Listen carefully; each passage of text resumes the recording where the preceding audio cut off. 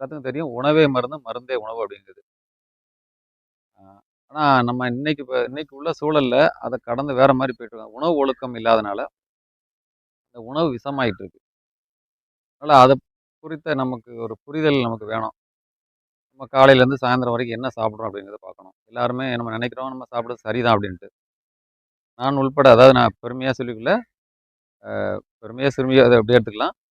அ இந்த உணவு ஒழுங்கா சாப்பிடலன்னா, நிச்சயமா பிரச்சனை வரும். காலையில எழுந்திச்ச உடனே நம்ம இன்னைக்கு காஃபி, டீ குடிக்கிற பழக்கம் இருக்கு. அதில இந்த பால பத்தி சொல்லணும்னா, அது ஒரு வேற மாரி சில பேருக்கு அது ஒரு முரண்பாடா வரலாம். பால் கால்சியம் இருக்கு அப்படின்னு சொல்லி சொல்லுவாங்க. ஆனா நெறைய செரிமான பிரச்சனை வருது. அத நம்ம புரிஞ்சுக்கிடணும். பிறந்த குழந்தைக்கு அதனால தான் ஒரு குறிப்பிட்ட காலம் வரைக்கும் தாய்ப்பால் குடுப்பாங்க. ஆனா இப்ப எல்லாருமே பார்த்தீங்கன்னா, தாய்ப்பால விட்டுட்டு மாட்டுப்பால் குடுக்குறோம். மாட்டோட பால் அதுக்கு தான் அந்த கன்னுக்குட்டிக்கு தான்.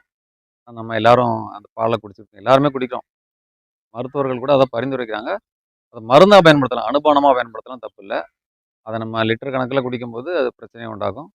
செரிமான பிரச்சனைய உண்டாக்கும். அதனால அத நம்ம புரிஞ்சுகிட்டு நம்ம உணவு முறைகள சரி பண்ணணும்.